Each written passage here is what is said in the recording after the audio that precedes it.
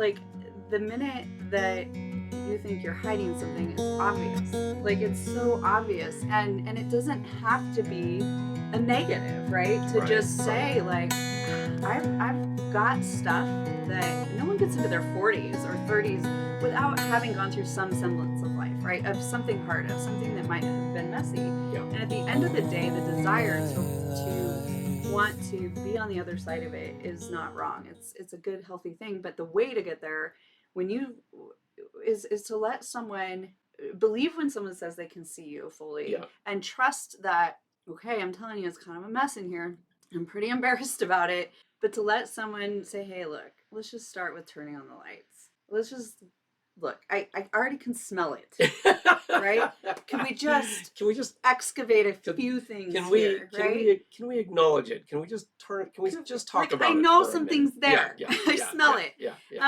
So like it's like can we just flip on a light switch, and like it's way easier to clean up messes when you're not trying to do them in the dark. Yeah.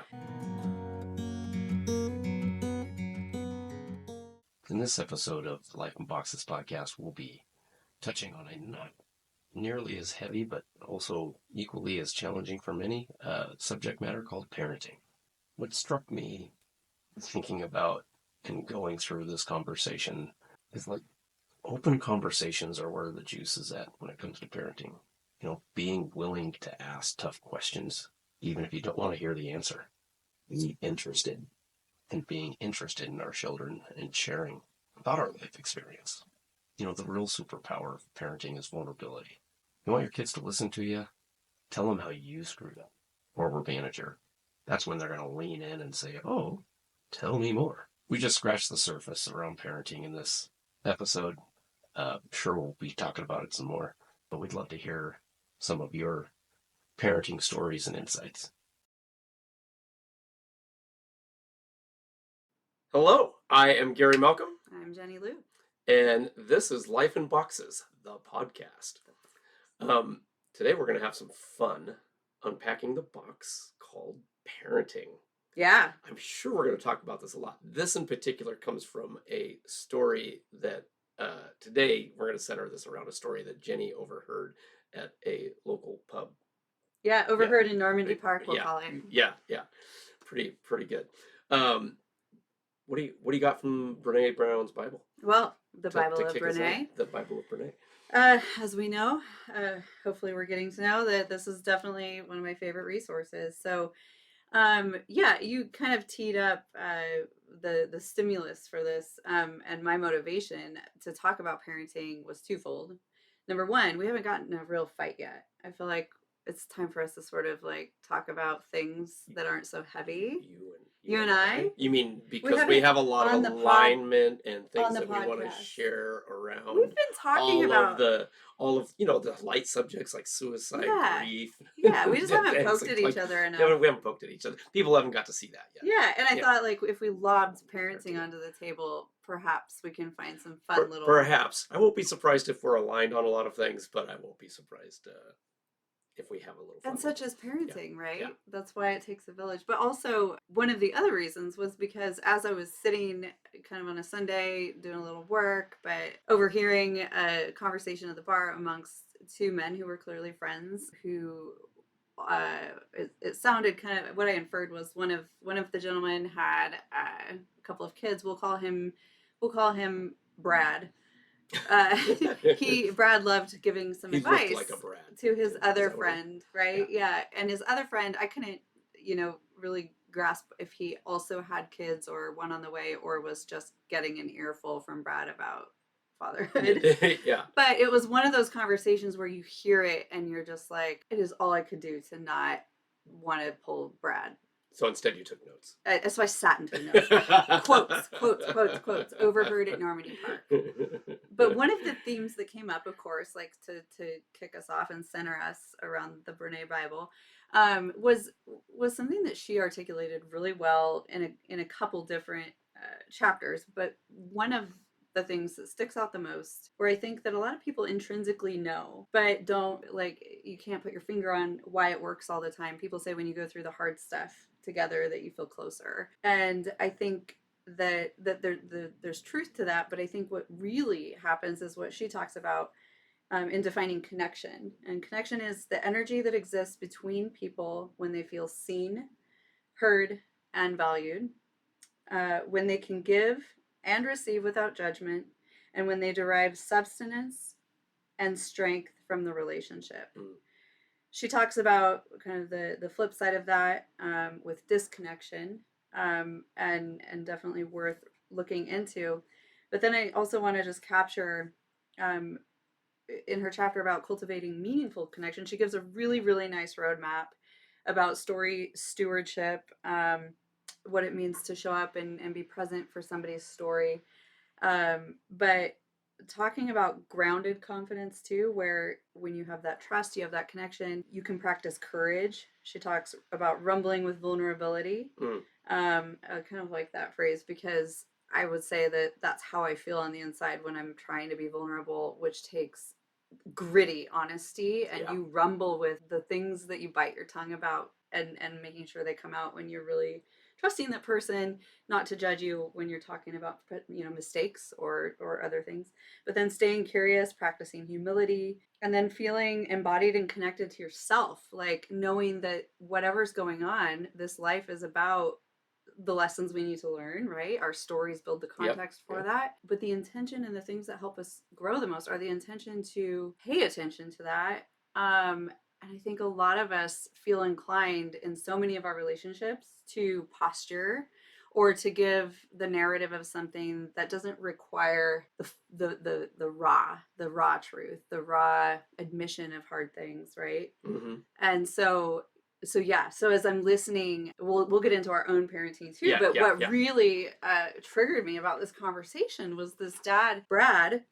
Well, first of all, just for a little Yeah, yeah, context, yeah, right? Like, I have a 30-year-old daughter and a 27-year-old daughter. yeah. You have, I'm 23 and going on 30, right? yeah, Like, right, 23 going on 30. And yes, and we're single parents. fortunate that they're all wonderful, Yeah, right? Like, yeah, my girls are wonderful, your daughter's yeah, wonderful. and not for Like, lack of uh, like our attempts to like not be perfect, right? oh, well, and I'm sure we'll talk about that. But what I want to point out is, like, especially because I have a lot of like new parents around that Mm, are like first time parents, and like in just in our sphere right now, and I find it really interesting because they're doing probably what I did a little bit, like they're really like holding on yeah, tight. Let me do this perfectly. How do I not screw up? How do I yeah.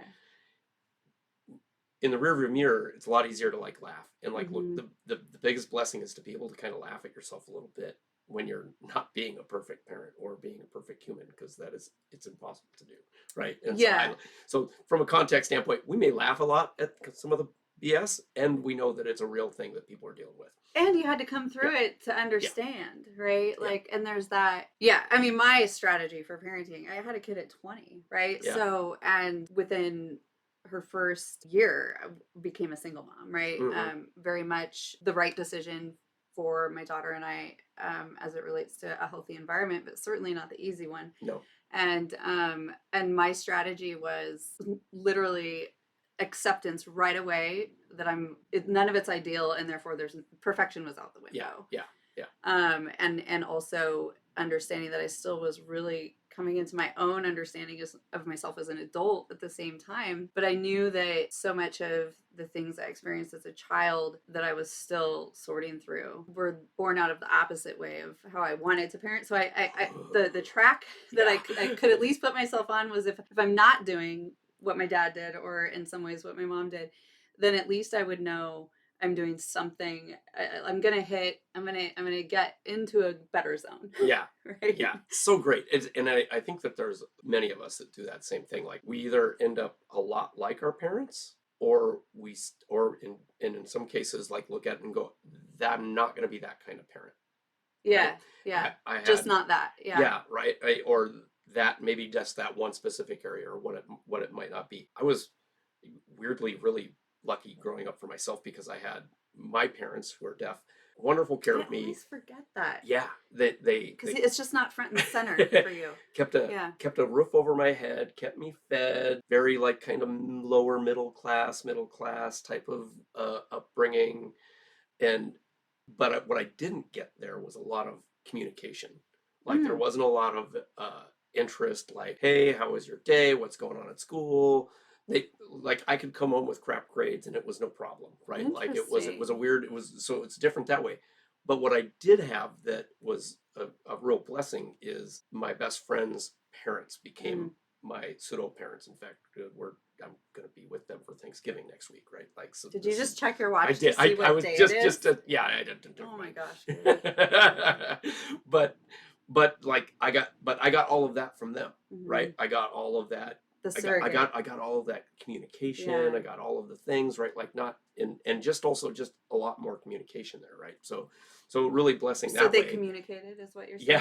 Yeah, yeah. How about you? Well, What was your upbringing? Just for, and again, I don't know if this even makes the cut, but like for context, this is great. if my upbringing makes the cut, Yeah, we're no, just mine gonna. definitely will. Yours may not. No, I'm just kidding. Both. That's how I Yeah, took it, right? yeah. No. So I look, I've done a lot of work to the reparenting work, right? Which actually, the first time that was mentioned to me, I kind of poo pooed it because I was like, I I really, my resistance to it was that I didn't feel, even from a young age when I understood that things that were happening in our house were not healthy, not normal, not acceptable, inappropriate, traumatic, emotional abuse, some physical, and a father that very much had some Hmm. darkness. Hmm. We'll just put it that way. That seeped into all sorts of traumatic experiences for my sisters and I, and then of course,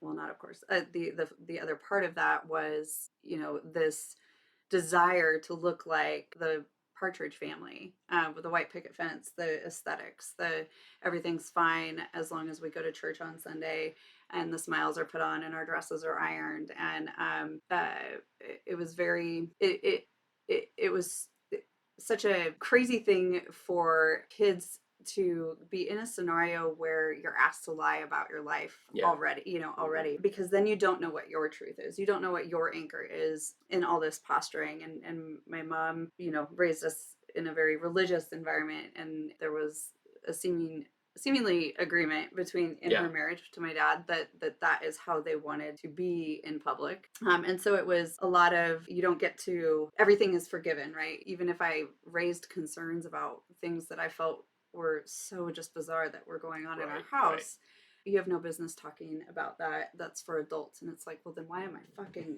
Here. like, Yeah. I didn't get it. I didn't get it, but Yeah. Yeah. Yeah. Yeah. I was asked to lie to myself, right?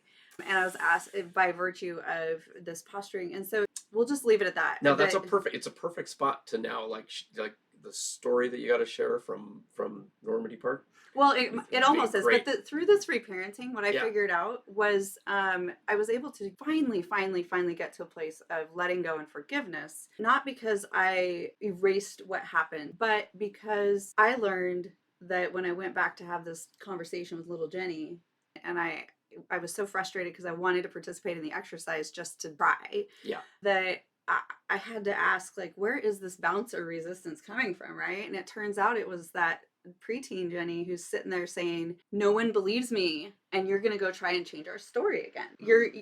And so I had to go and say, no, I believe you. I got you. Yeah. And my truth has come into question throughout my childhood and my life, to the extent where, really understanding what am I battling other people's opinions for also became another story. All that to say, it has taken me a long time to get to a place where I feel healthy about the youth, recapturing my youth, continuing to enjoy and embrace who I am, as a whole person, and the child that I get to continue to nurture, and reacquainting myself with the pieces of me that I wasn't able to foster as a Mm. child. And to your point, there were people in my life that created that surrogate parent experience, Yeah. or the advocacy, Yeah. or the example of what a healthy home looks like. One of my best friends to this day shared her father, and I say share because she was the only child. She didn't have to, You shouldn't have to. Yeah. right? Well, only child in her father's home, I should say. But Yeah. and he really took me under his wing in ways that were exactly what I needed. And so Hmm. I had that point of reference to look at as a mom, and it wasn't just, well, fuck the way I grew up, I'm doing the opposite to be Right. obtuse. It Right. was, I wanted to break the chain of and not contribute to this cycle of abuse.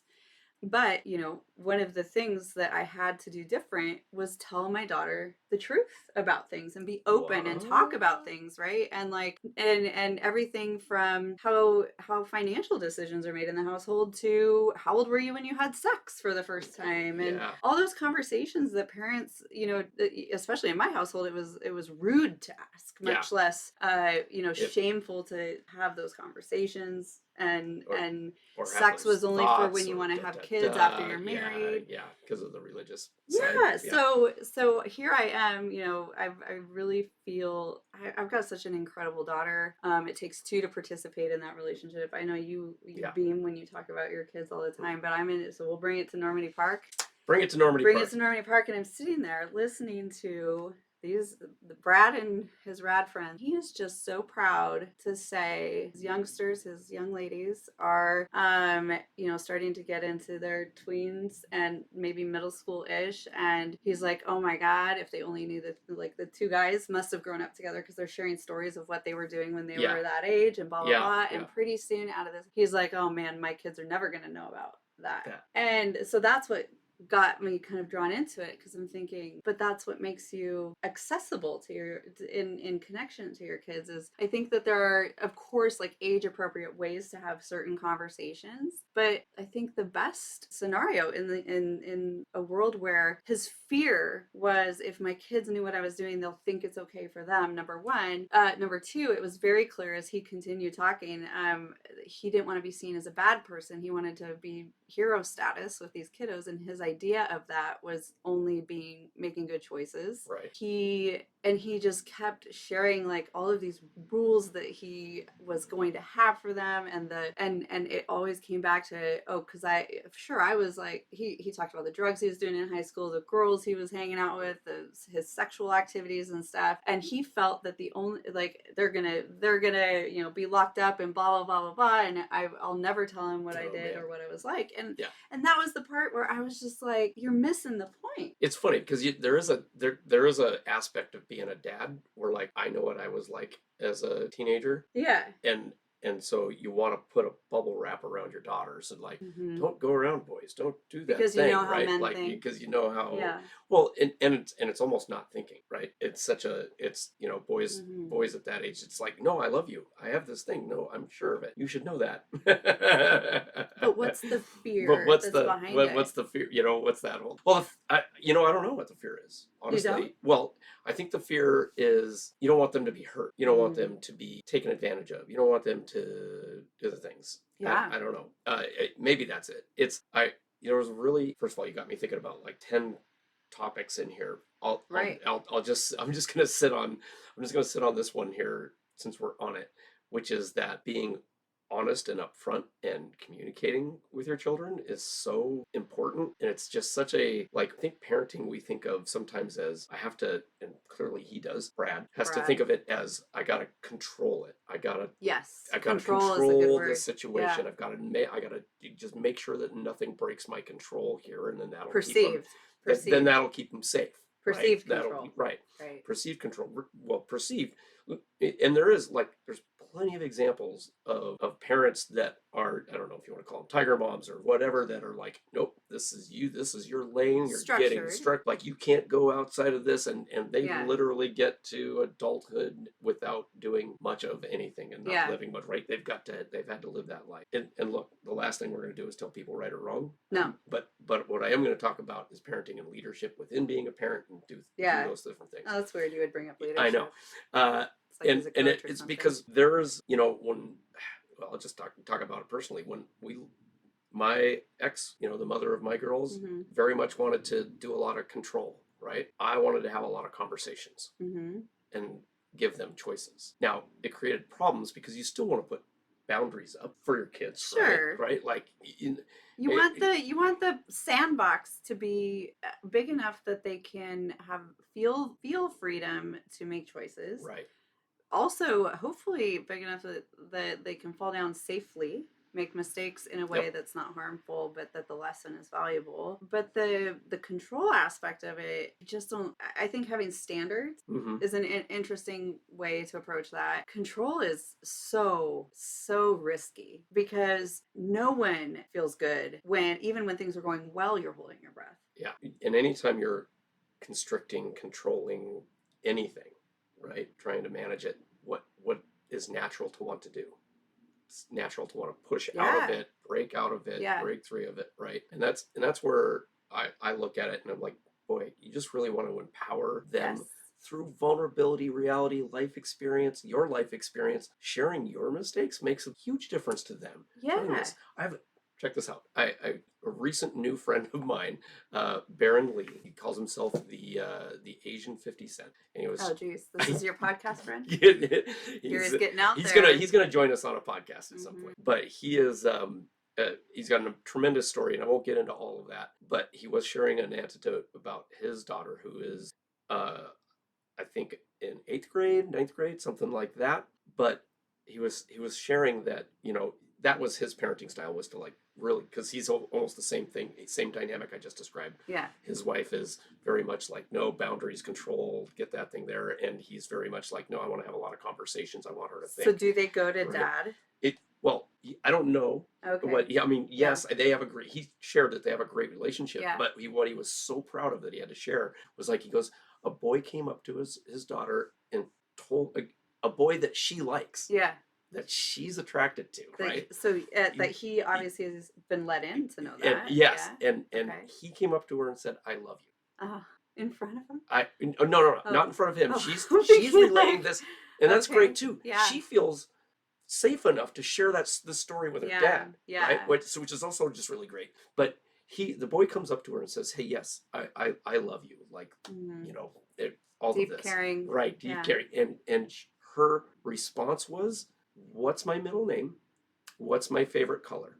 Like, do you know me, kind of thing? Right. The And do you know me? he's like, I don't, obviously he didn't know. Mhm. And she's like, well, you can't love me. You don't know me. That's interesting. Isn't that great? But that's But I think he can love her essence. He loves, sure, right? and it doesn't change anything. Like, they can still but be. she let him know. But she let him know that's not what love is. The ticket. And that's because of what those conversations have been like with her dad, at least, and maybe others, right?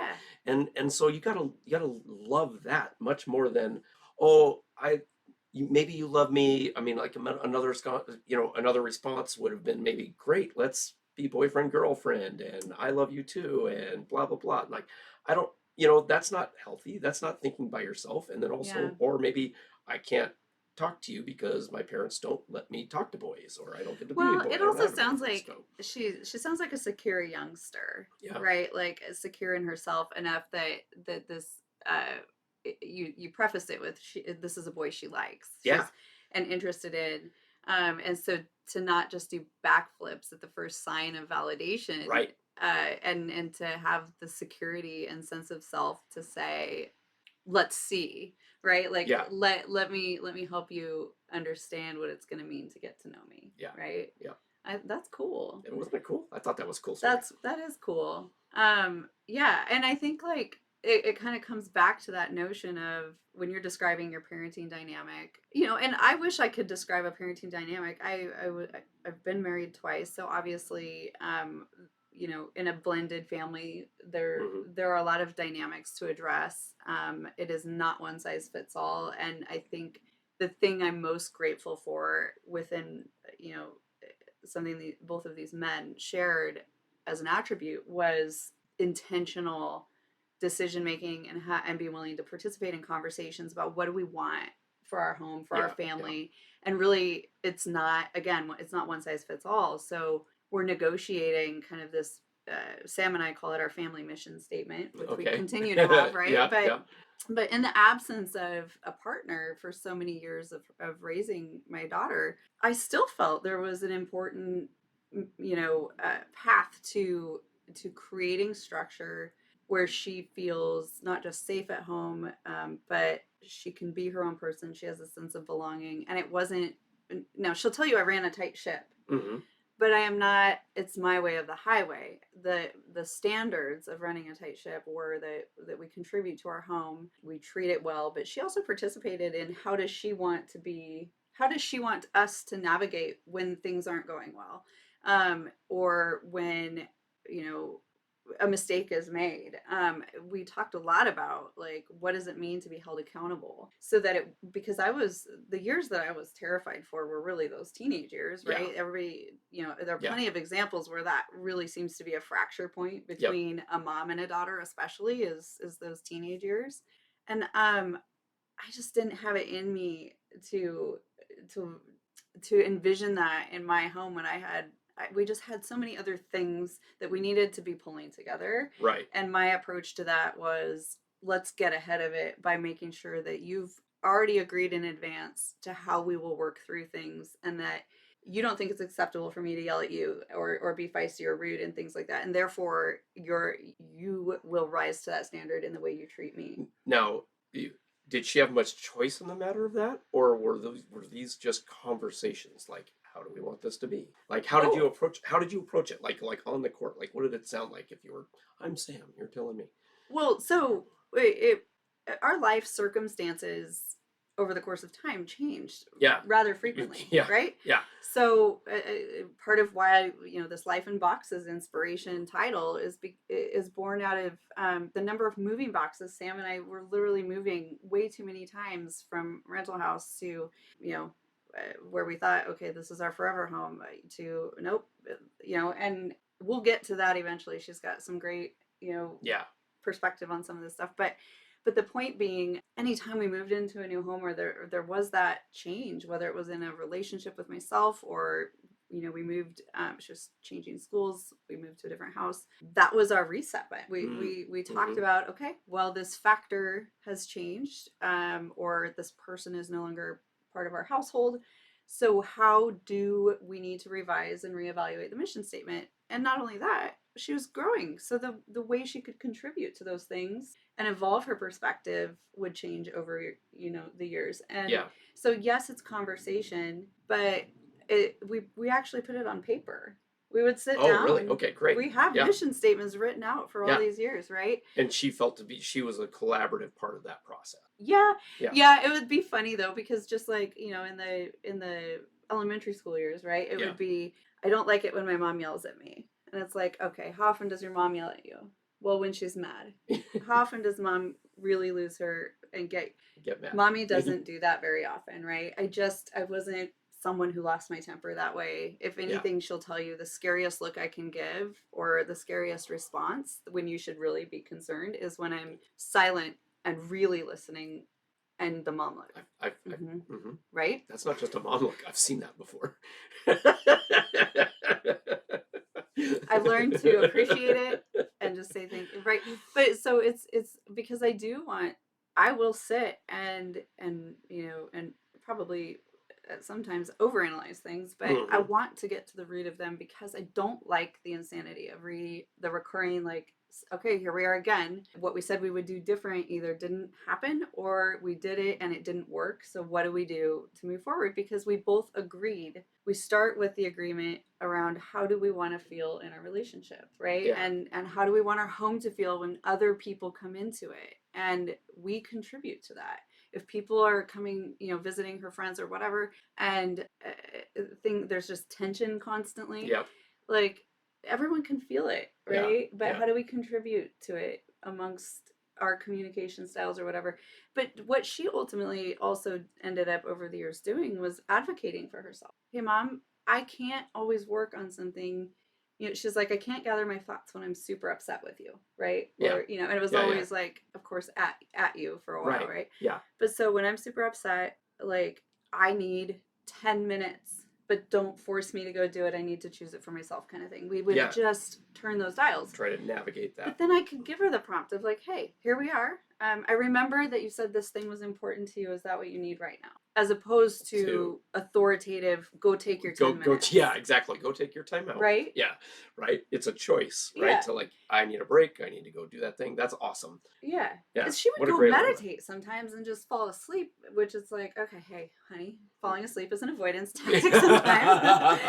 Yeah, right? Like, Yeah, we're going to work this out, but I promise the stress goes away faster when we do, right? yeah, And so it's yeah, like, we always talked about how do we want to feel on the other side of this thing? And I think, like I said, the mission statement was great, but also over time, it mattered a lot for me to tell her because we all kind of think that our parents know everything for whatever reason. Like at some age, magically, you as an adult, everything is perfect, and oh and yeah. because you're the rule maker, you must know. Like I don't know why I thought that, but oh, probably because my parents told me they knew everything. There's that. Well, but it's kind of funny But because there's like prior to this, just I've watched a Jay Shetty parenting mhm, video, right? I love that guy, and he basically created this world where when you're really young, right? mhm, Your parents are superheroes. They're like, right, I mean, they can't do anything wrong, and then at some point that starts to fall away, the superhero yeah, part, because you see your parents fighting or they're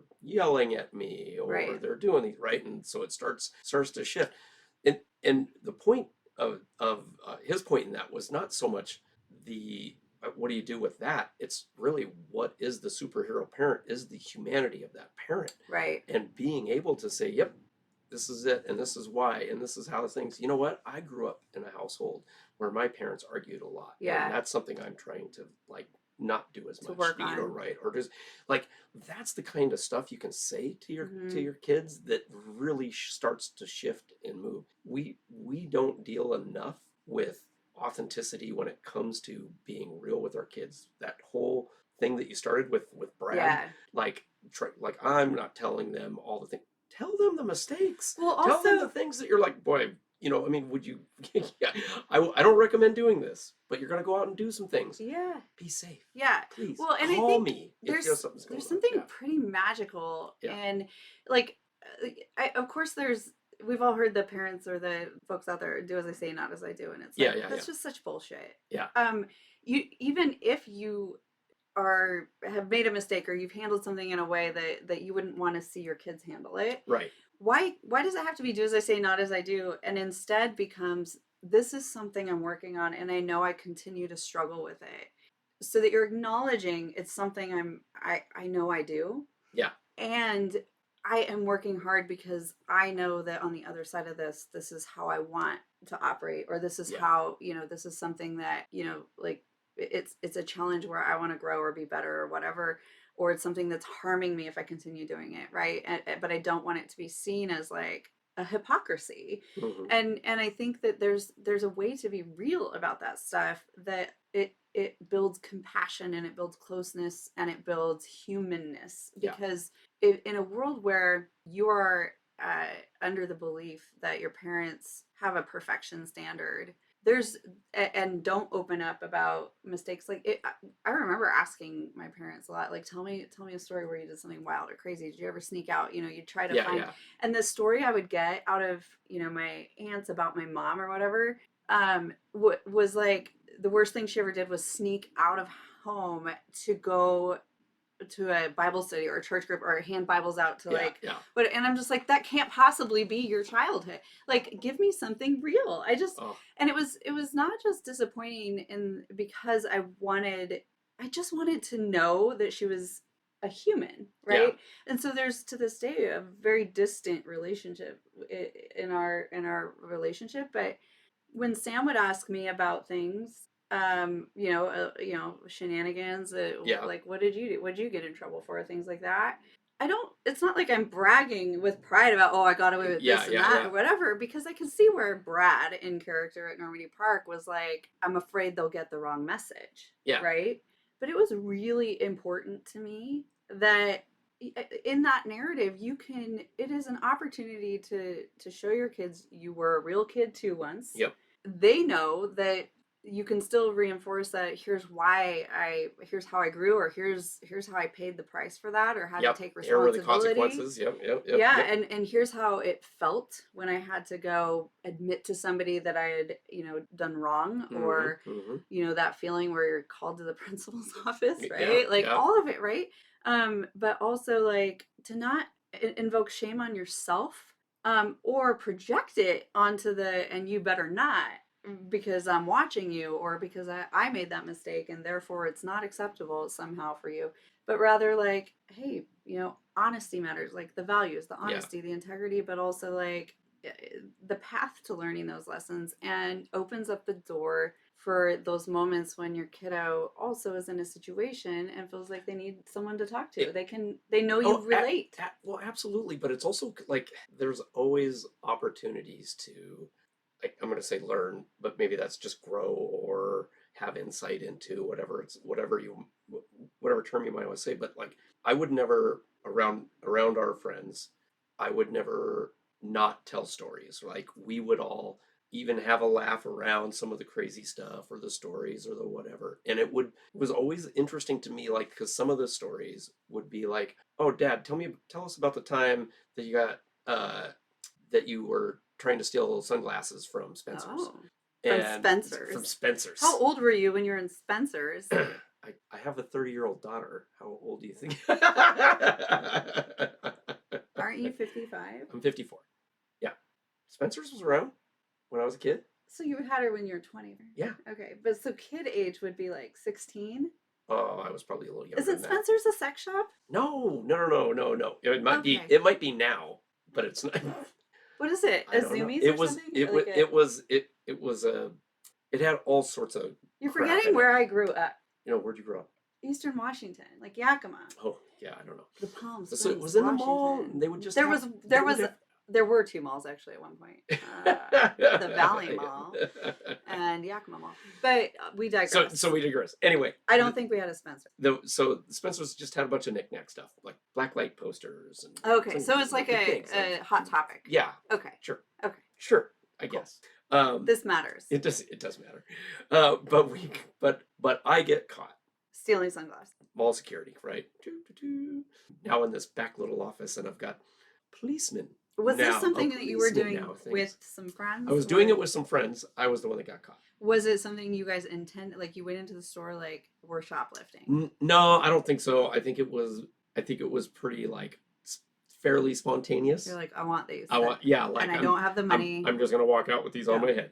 Oh, yeah, hide in plain sight. Yeah, brilliant. I think my friends did a little better job. Mm-hmm. So anyway, I got caught. If my sister is watching this right now, don't worry, honey. I'm not going to say anything about your adventures in Target.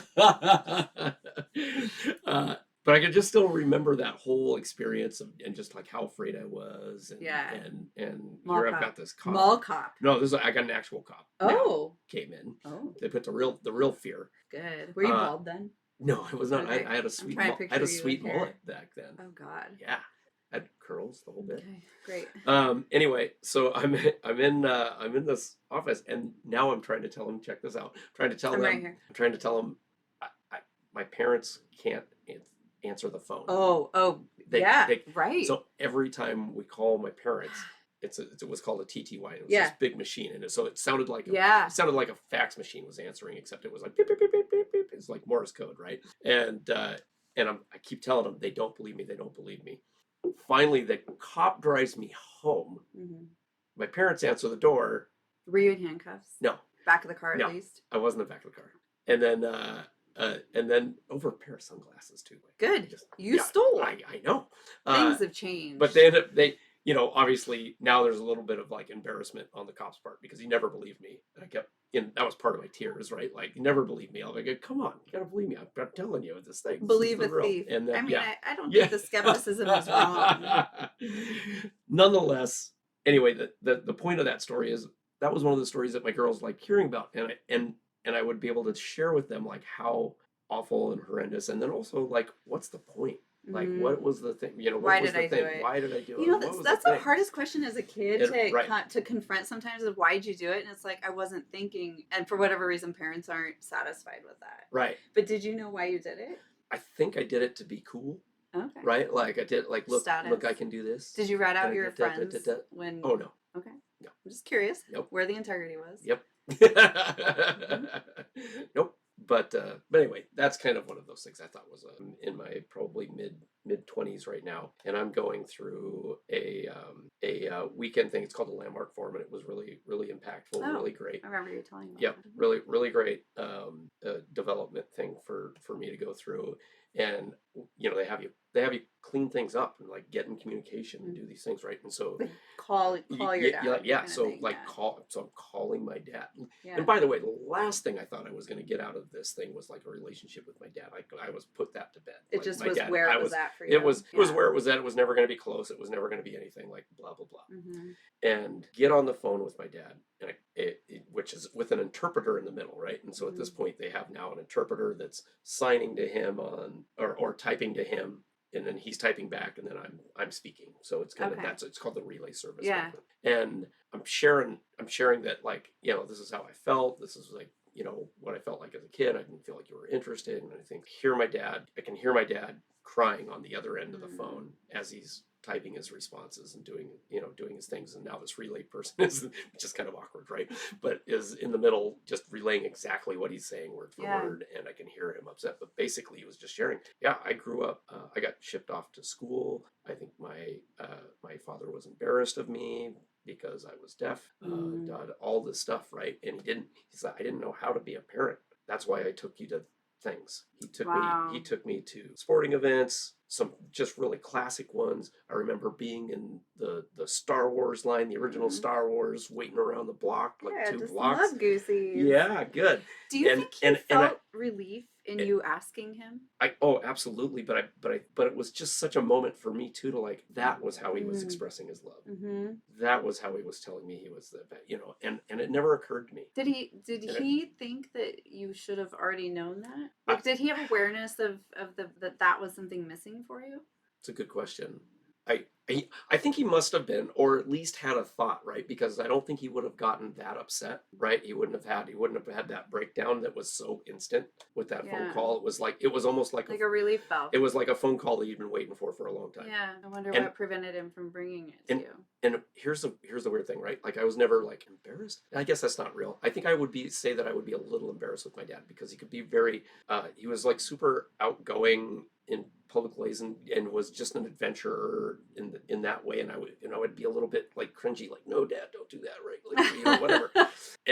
and I got to experience him in a whole new way after that. Like, get to go to the grocery store with him when he couldn't, because I wouldn't let him drive anymore at that point. And I'd take him to the grocery store, and just seeing everybody like waving at him, and like just his nature of how open and great, like, it's really great. So you saw the way other people saw him. I saw him, and I never saw that before, so it was pretty cool. Yeah, that's rad. Yeah. I don't know why that wouldn't stay in this. That's rad, unlike Brad.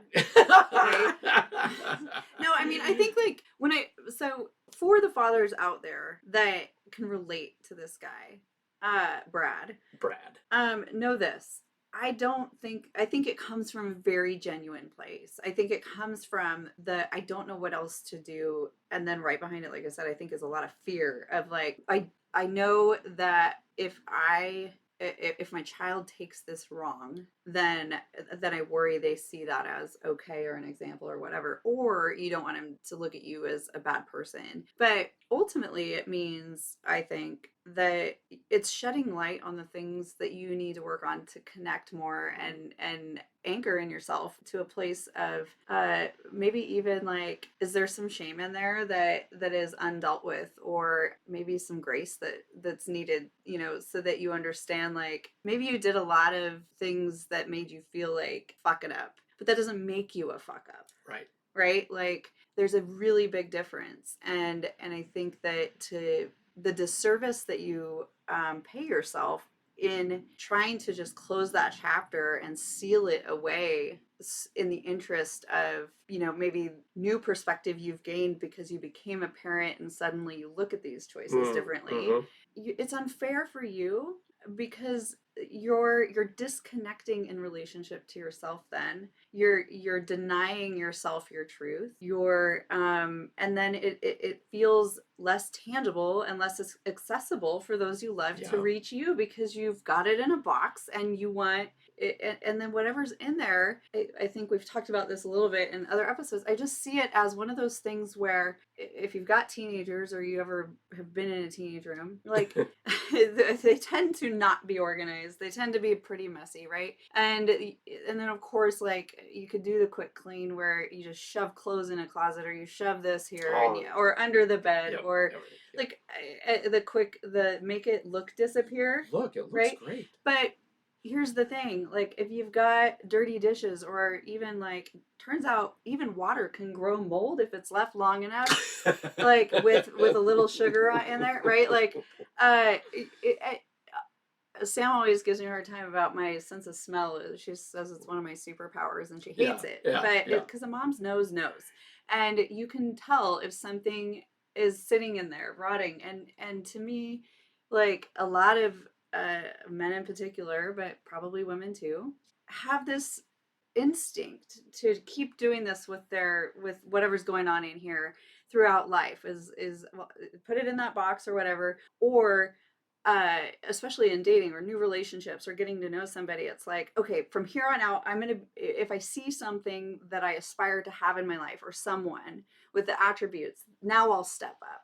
And now I this stuff, I don't want this mess to be found Yeah, out, yeah, so I'm yeah. just going to act as if it's not there. It goes in a box. You've got a messy fucking room. And I think that I've encountered this where it's like some men just decide to like shut the door, dismantle the light switch, and just like, we don't go in this room anymore, caution tape all around it. Yeah, And it's like, yeah, no, just yeah. don't That's go in really that good. room, That's a good right? analogy. But the Yep. thing is there's so much relief. Look, I don't know if it's unique to me. People most definitely can. You have instincts when somebody is feeling cagey, or coming across as posturing, or wanting to not be, fully seen. Mm-hmm. But here's the thing. I see you. I've got to know, I've had plenty of false starts in dating. Like the minute that you think you're hiding something, it's obvious. Like it's so obvious, and it doesn't have to be a negative, right? To Right, just right. say like, I've got stuff that no one gets into their 40s or 30s without having gone through some semblance of life, right? Of something hard, of something that might have been messy. Yeah, And at the end of the day, the desire to want to be on the other side of it is not wrong. It's a good, healthy thing. But the way to get there, when you is to let someone believe when someone says they can see you fully, yeah. and trust that, okay, I'm telling you, it's kind of a mess in here. I'm pretty embarrassed about it. But to let someone say, hey, look, let's just start with turning on the lights. Let's just look, I already can smell it, right? Can we just Can we just excavate a can, few things can here, right? can we acknowege it? Can we just turn? Can we just talk Like, I about it know for a minute? something's Yeah, there. yeah, I yeah, smell yeah, it. yeah, yeah. So like it's like, can we just flip on a light switch, and like it's way easier to clean up messes when you're not trying to do them in the dark, Yeah. and only in private, and holding them so tightly Mm. to yourself out of embarrassment and shame. And I think that it trickles into parenting. It trickles into every relationship, It partnership, 100%. marriage, even just flings, right? Like when I've gone through my seasons of just like, you know what, I'm not going to try and do something serious here. I'm just going to have a little bit of fun, and but transparently, that's the agreement amongst two adults.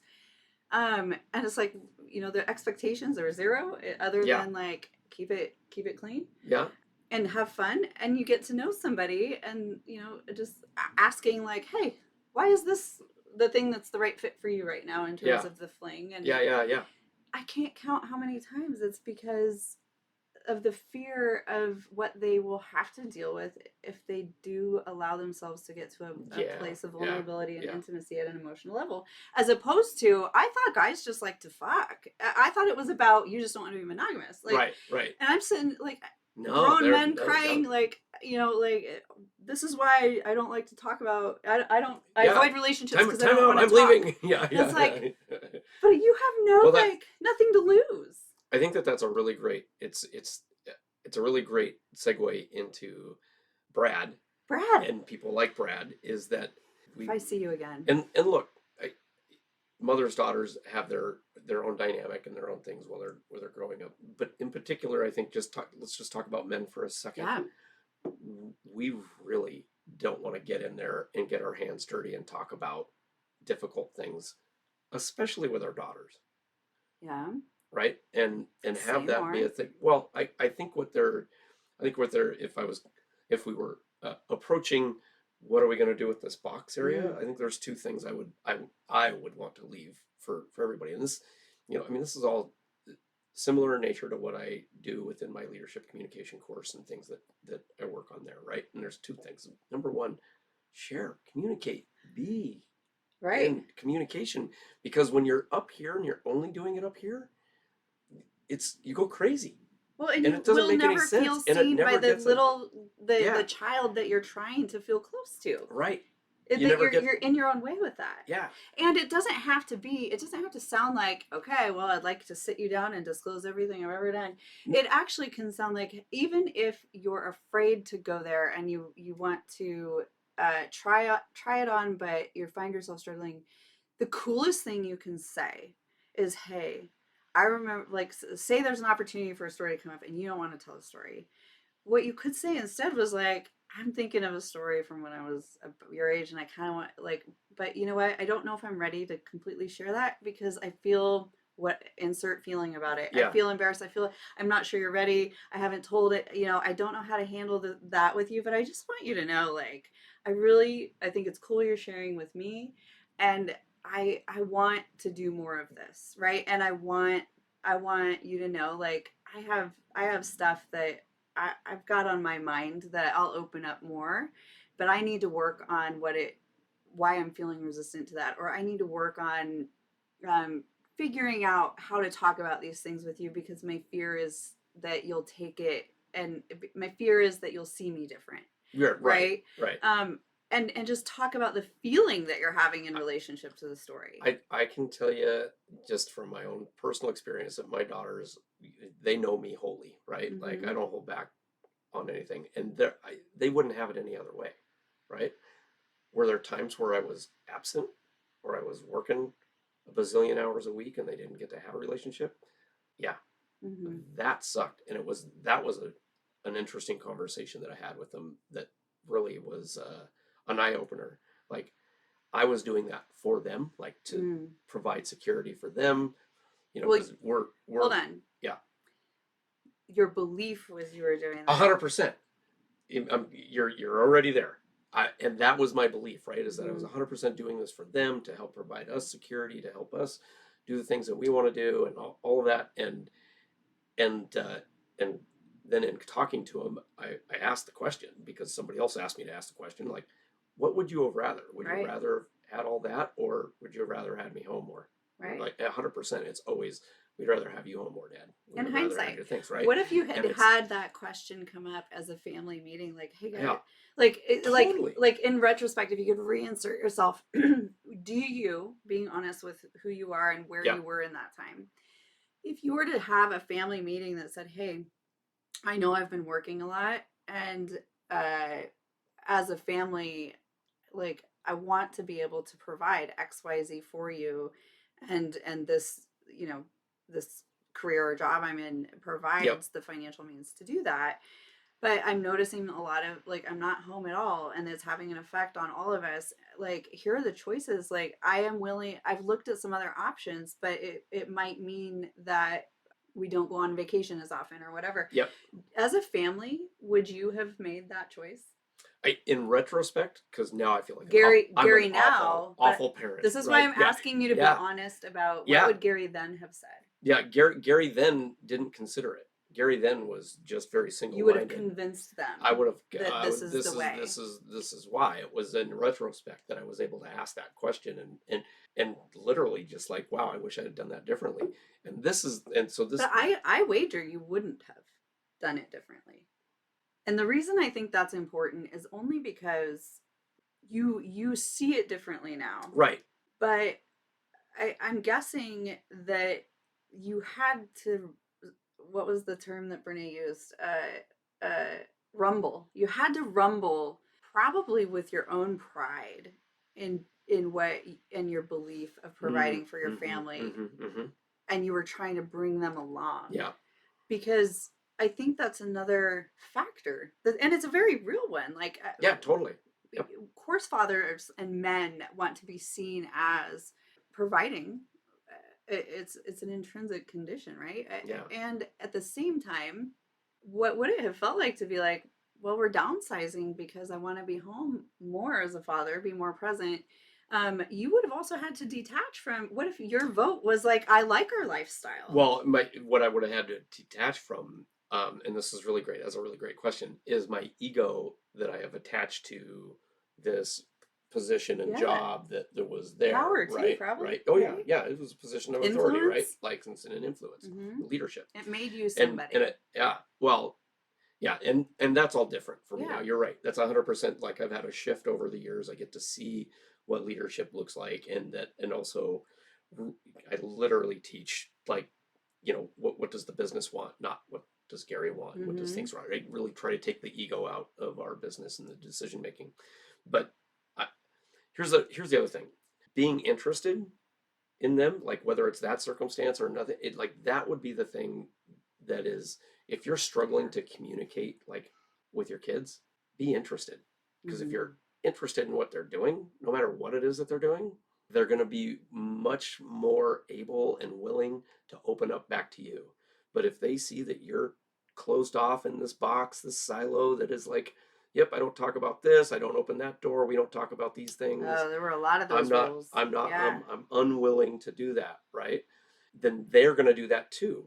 Like, Right. even when you're interested, you're going to be like, hey, tell me about this. And they're going to be like, well, I don't, no, let's not go there, right? Because I still do they that get to with my see that, mom. right? They get to see that. As a very religious human who has made Yeah. it very clear to me, in, you know, in present day, not Yeah. just Yeah. me trying to unwind historical stuff, uh, like where her belief system is in terms of what makes you a good person versus a bad person, and having that be referenced in her, practice, as a religious person, which, Right. fine for her, right? Fine, Yeah. fine for her. Just don't try to control me. Right. Right. And there, where she's attempted to ask about Burning Man, for example, it's gone wrong enough times that I've figured out, like, maybe she feels like I'm rubbing it in her face. But uh there's just a lot of I the prayers for me when it's like, I'm not a heathen, mom. Yeah. Yeah. I don't see myself that way. Right. And it's unfortunate if that is how you see me as your daughter, but at the end of the day, like, I don't, part of why I left and explored outside of organized religion in my 20s was because of the shame that I was asked to carry just for being born, Okay. right? We've got to save this for We do, we've but got at to the save end of the this because day, this is going to be when good. it comes to the Yeah. Yeah. influence of Yeah. parenting, Yeah. um, it was so rules based and not Mm-hmm. just about being a good human, but the shame associated to this notion of anything that could happen outside of this notion of perfection, right? Mm-hmm. And I didn't feel like taking on this badge of being a bad person all the time just for thinking and feeling, or exploring things to figure out who I am as a person, Right. right? And so I didn't want to, that again, like when I think of chain breaker, it's like, well, how do I want my daughter to understand what a moral compass is without referring to a book, Yeah. a religious book, right? Yeah. Yeah. Yeah. And I didn't I mean, she went to church as a youngster, and even sometimes I think has had some interest in that, and that's fine. She's becoming her own person. I just didn't want it to be something where it was a mandate. Yeah. And I think that there again, when we think of the influences in our lineage, there's a lot to be said for that consciousness of like, well, where did my parents get that, so that I'm not making too many assumptions about who they are, but also like, like what did they deal with to arrive with the way that they Mm-hmm. chose to raise kids, and then carrying that forward. I didn't want to swing the pendulum so far the other way that it just being obtuse, Right, right? right. But rather like, how do I just make sure that my daughter can know who she is without feeling, I think that her mission was to please me. Right. Keep you happy. Keep you Yeah, satisfied. or like, Keep did I you pass the things. Like, test did I today, pass the mom? test? Was I a Right. good Yeah, kid? exactly. Yeah. Like, it's all of that. Yeah. And I think that there again, when I think of Normandy Park, this conversation felt so crystal clear to me as a bystander, but also I just wanted to say, hey, like, you're doing it wrong. You're Yeah. doing the thing where the Yeah. pendulum goes the opposite direction, as opposed to just bringing your experiences along and helping them appreciate who you are, so that you also feel like you can appreciate who they are. It's so interesting, right? Because Brad probably is like all this control, all this thing in place. He truly believes that's the right Yeah, thing to for do, and sure it's a he good did. And he and it's a wants to be good a and good he dad. wants to be a good dad. Like all of that there, and it's in all of that thinking is about Brad. Oh, and It's not about the daughters, right? yeah. What is it that the like I yeah, I want to talk to Brad. Well, Let's what his interests, friend like, what do you also, know? Yeah. yeah, his friend also was like, because when they were on the topic of partying all the time and stuff like that, his friend had mentioned something about Brad's dad. It was evident, like it sounded like his dad was a pretty brutal Hmm. asshole, and he was, drinking quite a bit, or and he mentioned a couple of times of like where his dad beat him up, Mm. and so he was, couch surfing with friends a lot.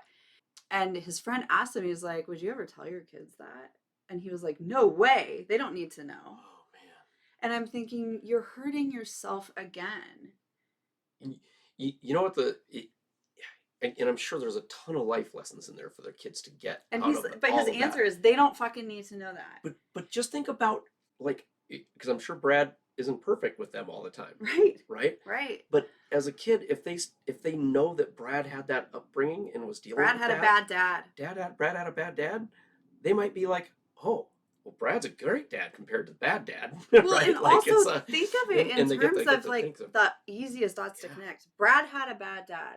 So Brad wants to be the best dad. And Brad's thinking and how to do that is to make sure his kids don't know anything about bad Brad, or not even bad Brad, but just like wild growing up trying to figure out shit Brad, yeah, uh, who had a bad dad. And since he wasn't close to his dad, and was raised in that way, his bubble wrap solution is shut the fucking mm-hmm, door, turn out the lights, and yeah, put caution tape yeah, around it. yeah, And he thinks he's right to say they don't need to know about that. That says a lot. It means there's he doesn't want them to be afraid of what is out there, maybe, or that it made him like, I'm sure in the world where he was, being assaulted by his father, yeah, like there's pain in that. Maybe he feels like this misappropriated weakness yeah, as a yeah, man.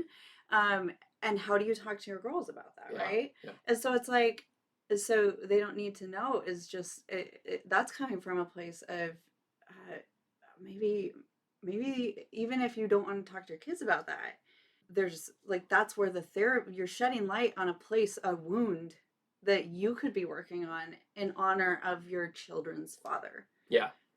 Yeah. Like, don't forget who you are to these little Yeah, ones. it's and that's the exactly kind of what I was trying to point out is it's like you're looking at it from your standpoint. You want to look at it from their standpoint, Hmm. right?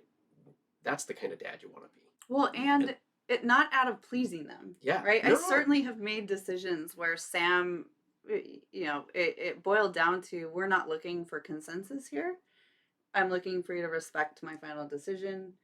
And we talk a lot about, those things. mm-hmm, But at the end of the day, it Sam actually taught me this, when I wasn't taking care of myself, and she held up sort of the perfect mirror through mm, words. Was when I was hospitalized, I'd had a heart attack at 39, right? It was just after the 1 year mark of Chris dying, and mm-hmm, I just hadn't we talked about it in grief, where grief caught up with me, not dealing with grief. Yeah. Yeah. I couldn't outrun her. And uh, I'm going in, I'm about to be wheeled in for an angiogram, which they had to keep me awake for because they had also found another issue with my lungs that was sort of a risk they weren't willing to take to intubate me. So I had to stay awake for this thing, and I'm just terrified. And of course I'm looking at my daughter on FaceTime, and they're prepping me in the background, and it's all she can do to just, what do you say when you're not sure? Yeah. And I wanted to be sure. I didn't think I was going to die that day, but I also didn't think I was going to have a heart attack 2 days prior. Right. And she just says, Mom, I know I love you. And she goes, but I need you to take care of my mama. And it was so powerful the way she shifted it to not be, I was not allowed to dismiss it. Right. I was not allowed to say, I'll be fine. Yeah. Or to parent her. Yeah. She reminded me what she needed from the person I was to her, as opposed to just, I don't know. It was profound, and like, they say your kids teach you more about yourself than anything in life, than you can ever teach them. And that was one of the most profound teachable things that have stuck with me, and to the point where I try to invoke that with others in my friendships and my, relationships with, whomever, family. It's remind that person who they are to you. Yeah.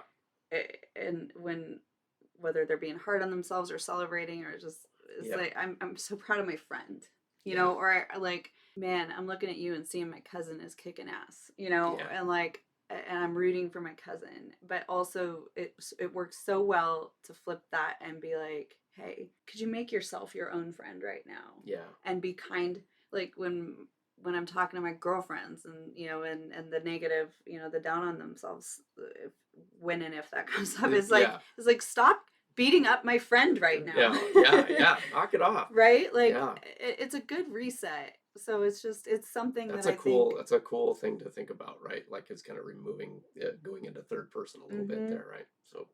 So thank you, Sam, for that. Yeah, I thought we weren't going to cry today. I didn't cry. You choked up. Look, if I can be vulnerable as a man crying, I need to work on it. You need to work on that. It is definitely something I will be working on for a long time. Let's put this box away for now. What are we gonna do with it? Yeah, so I think, like, well, hold on. Let me ask one quick question before I put the box. What is the thing you're most proud about as a parent now? Like, what's the one thing? Is there one thing? Okay. Just one thing. You only gotta pick. Get me. Fuck. It's almost indescribable, but to know where we've been and the things that we've been through, my daughter and I, not just together, but how those experiences have shaped us individually. This kiddo knows who she is, and she didn't try to make a blueprint to make me proud. Yeah. And maybe I see it as a proud thing because I have struggled with finding myself, and really had to work hard to figure some of those things out. Okay, so the thing I'm most proud of is that it's and like I said, of course it's hard to answer without tying it to yourself a little bit, because it was tied to a fear. It was tied to things that I struggled with. I didn't want my daughter to struggle in those ways, and because I wanted her to know it was okay for her to be whoever she is, exactly as she is, and know that she belonged, and know that she was loved unconditionally, without question. Yeah. And I just wanted that intact for her from day zero, from day in here, right? To just understand that I chose her. Yeah. And I juicy. Yeah. Yeah. I chose her, and she chose me back, and we keep coming back to our mission statement, like, and I love seeing I love seeing her disagree with me. I love seeing that she knows who she is and that she's going to keep figuring that out, right? Yeah. And watching her change and seeing how capable she is to chase things that she's interested in and aspires to be without that just baggage on her back. I wanted her to feel free from. Yeah. So Yeah. That's really great. All right, now you're I'm supposed to ask proud. me. I'm trying. Gary, what are you most proud of as a father? That's pretty simple. Actually, I have a different question. No, I don't have to answer the same one. I want to Did you answer that one. ask it so that you could answer it? That's what you did. Okay, I have a different question after you're done with this answer. Okay, I'll make this one really quick. Mhm. This is really simple. I think what I am most proud of as a father is that I'm the first call. Mm. When my daughters are dealing with something, I'm the first call. You know that they can come to you. They know it. Yeah. And I'm the first call. They can call in the middle of a panic attack breakdown. They can call when they're negotiating for their salary. They can call for whatever, right? Like life decisions and to celebrate, just to share a good book. Mm-hmm. uh, They want to keep you yeah, close. Yeah. that's And trust you. so that's what I'm most proud of is Yeah. that I'm that first call. Okay, my turn. Okay. And you don't even have to ask it back because it's a real question for you. Okay. Experiencing Yeah. a little feistier. Yeah. Yeah. Also, I think to wrap it up, I think there is no one way to do it. There's a reason there's a million books out there. There's no like how to even do though it. I sit here There's and no think I know, roadmap. Yeah. I think I know what's right for Brad. What I really am coming at is like treat yourself right too as a parent. Like take the pressure off of this unattainable and doesn't even exist lie like of perfection and just be human. And I think it's just my wish for people. Yeah. Because man, yeah, I have definitely stumbled, fumbled, and made decisions I certainly look back at that I could have done differently. And at the end of the day, when I tell my daughter, "Man, I wish I handled this thing differently," that in itself brings us closer. Yeah. Right. Yeah. So it's like totally. It absolutely. So it's that. Them in. Yep. Yeah. That's great. What about you? I think for the box, it's we leave that box wide open. It should probably always be in the house because we're never going to be perfect parents. Just don't let it get stinky. Yeah, don't let it get stinky, right? Mm-hmm. Don't pretend it doesn't exist. I really like the way you talked about that earlier. Is let's turn a light on in the room. Let's acknowledge it. Let's have it be there. Let's talk about it, right? Mm-hmm. And so for me, it's three things. It's being willing to share authentically with your kids about real life and what's going on with you, as well as number two, being interested in them creates a world of connection, right? Because and you might learn something, and you might grow yourself, but guarantee.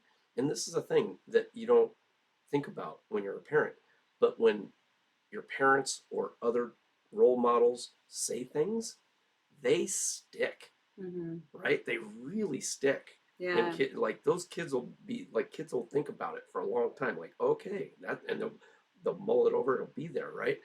And then the last part is, and we didn't get a chance to talk about this today, but we'll do it on another day. But really listening to our kids, because mm-hmm. it's one thing to be interested, ask a question, say a thing. And then as soon as they start talking, we start thinking about something else or doing anything else. But really listening mm-hmm. to what they're saying. Maybe we should talk about active listening. I don't know what active listening is, but I can certainly talk about listening. We'll try. Okay, different okay. One. Good show. Good show. That is Life in Boxes. I'm Gary Malcolm. Till next time.